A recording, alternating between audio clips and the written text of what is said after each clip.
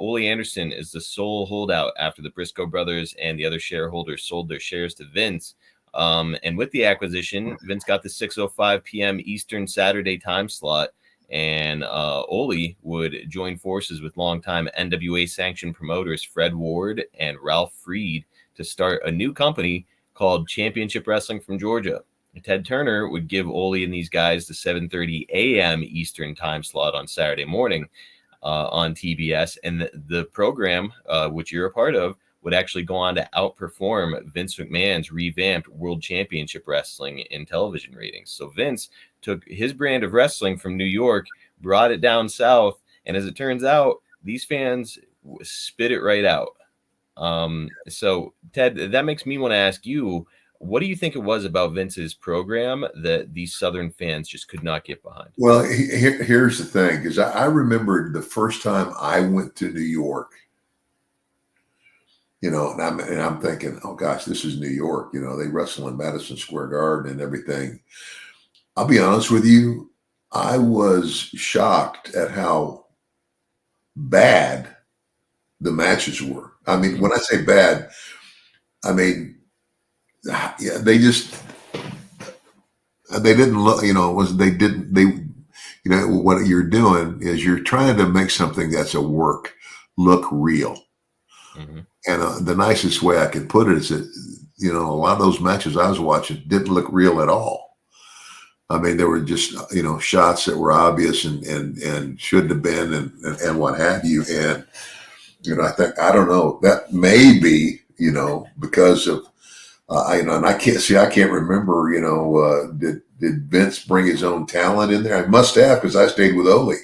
He did. He was taking I know that when he first showed up on WTBS, he took actual pre-tape stuff that was filmed in New York or from his territory, some pre-tape stuff. And he was like, here's a match with, Superstar Billy Graham versus this guy. And right. I guess the fans just could not get with it. Well, yeah, exactly. Because and I'm just telling you, Georgia Championship Wrestling, it was the quality of the matches was much better. And again, I can't blame Vince. I mean, Vince was never a wrestler. Vince's gift was marketing. His ability to market his product. I think that's one of the reasons that he hired Pat Patterson. Mm-hmm. Pat Patterson was a great worker. I had a lot of matches with Pat and loved working with him.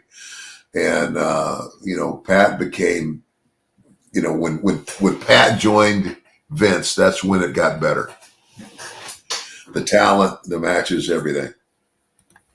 So during this period of time for you, Ted, obviously raised in the business, you were trained in, the funk territory. There's this emphasis on realism in wrestling, make them believe it, have these fans walk out of this building and thinking that Ted DiBiase is really this nasty guy. In the meantime, up in New York, it's really, to your point, the quality is different as far as match quality, probably because Vince was more interested in getting big, impressive-looking guys than guys who had an emphasis on ring work. Yeah. But also, it's a lot more cartoonish as far as these big, over-the-top characters and caricatures of human beings. When you see the product that New York Vince is putting on at the time, are you kind of turning your nose up at it, or how did you feel about what they were doing up there? Yeah, I didn't like it. I'll be honest with you, I didn't like it because it didn't have that quality of realism to it. It was kind of like, it was, to me, it was almost too obvious that it wasn't real. Yes. Now, I'm wondering if there's anybody else that you've interviewed that said the same thing. I don't know.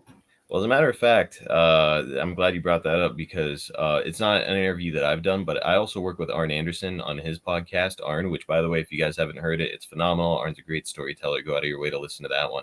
I work with Arn on that show, and Arn has told the story about how when he and Tully made the jump to New York, one of the things that they were most concerned about was that they were going to be transformed from Arn Anderson and Tully Blanchard into caricatures. And he made it clear, I guess, during his first meeting with Vince McMahon, I do not want to be a character. I want to come in here and be Arn Anderson and work the way that I've always worked.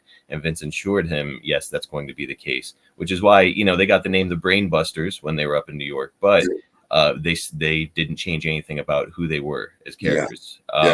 So that's what that was going to be my next question. Then is when. Well, I didn't, because that first time I went to New York, I was just at DiBiase. Yes. And and I wasn't there very long. Right, only like a year. No, and that's what I mean. When I went back to New York, things had changed a lot. The business had changed a lot by then. Yeah, you all of a sudden it's this, because for further context, here in 1984, Hulkamania, that whole run just started in January of 1984. Yeah. So this thing is just starting to build momentum. By 1987, when you make the jump, it's red hot. And if you want to stay, as you've said, if you want to stay relevant in professional wrestling, you need to be in New York and you need to be this big over the top. Yeah, because basically Vince was taking over the country. Yep. When I had the opportunity to go back to New York in '87, and become this character, obviously the $1 Million Man character was the guy that I all the interviews.